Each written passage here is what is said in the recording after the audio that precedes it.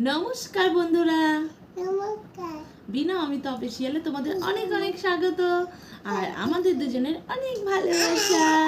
তো তোমরা সবাই ভালো আছো আশা করি, আমরাও তোমাদের আশীর্বাদে অনেক ভালো আছি। চলে এলাম নতুন একটা ব্লগ নিয়ে। তো আজকে সকাল সকালে আজকের ভিডিওটা ইন্ট্রো করে নিলাম। এই দুষ্টু মেয়েটাও করেছে, আজকে বলেছি নমস্কার। আমার বলো তো, নমস্কার বলো। নমস্কার। বল ভালো আছো? বাজু। আমরা ভালো আছি। বাজু। কি বলছিস? তো চলো আজকে সকাল সকাল ভিডিওটা স্টার্ট করলাম। সারাদিন ভিডিওটা কি কি করি সেটাই দেখতে থাকো প্লিজ। ভালো লাগবে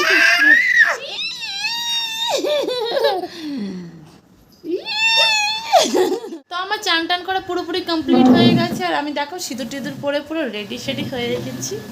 তো এখন পুরো কাজটা সব কিছুই কমপ্লিট হয়ে গেছে, শুধু পুজো দেওয়া বাকি রয়েছে। আর মাম্মা দেখো কি করছে। তখন আমি চেয়ারের মধ্যে পুতুল রেখে ওর ওপরে ভিডিও করেছিলাম, তো সেটা দেখেছে। এখন আমাকে বলছে মাম্মি চেয়ার নেবো, তো চেয়ার এনে রেডি করে ফেলেছে। তার মানে যে ওখানে রেখে তুমি এখন ভিডিও করো।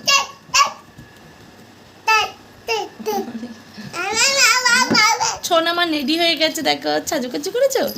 আর হামজি দাও মুখ করে, আই লাভ ইউ। অনেক পাজি বেকার পচা মেয়ে। এসেছি আমরা এখন ছাদে। এখানে দেখো মাম্মা এসেই টিং টিং টিং টিং করে লাফালাফি করছে।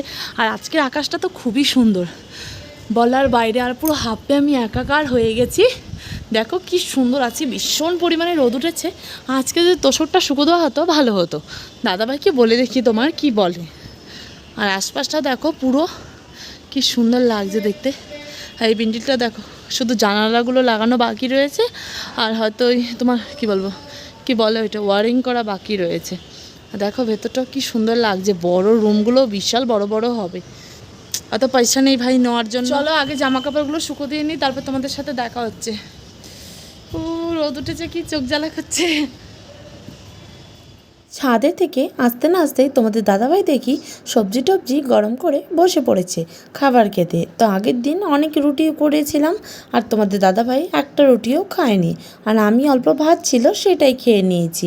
তো আর অল্প ভাত রয়ে গেছিলো, ফ্রিজের মধ্যেই রেখে দিয়েছি।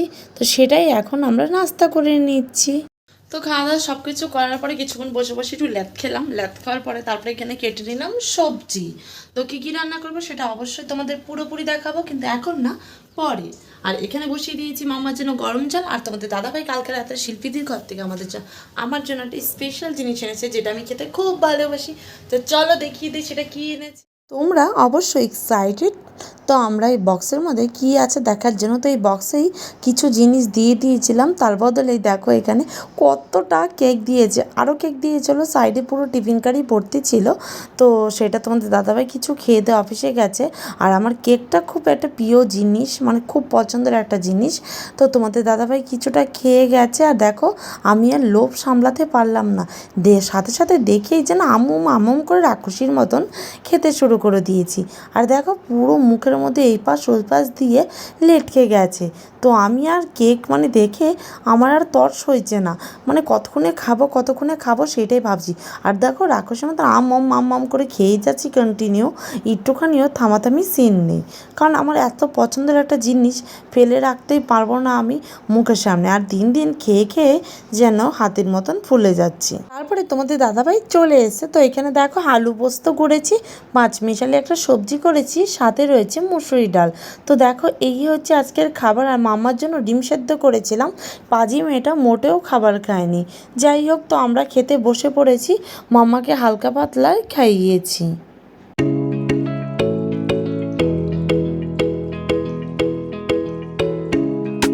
আকাশে এত সুন্দর মেঘ ভাসছে, আর আজকের আকাশটা তো খুবই সুন্দর ছিল।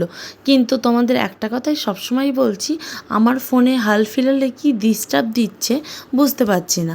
আর মাম্মা এখানে দেখো কি সুন্দর লাফিয়ে লাফিয়ে নাচ করছে। তো দেখো তোমাদের দাদাভাইয়ের গেঞ্জিটাকে পেঁচিয়ে পেঁচিয়ে মাম্মা কি করেছে।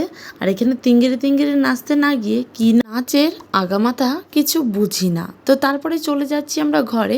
আর মাম্মাকে দেখো, মাম্মার দু তিনটে জামা কাপড় দিয়ে ছেড়ে দিয়েছি, বলেছি যাও তুমি ঘরে একা।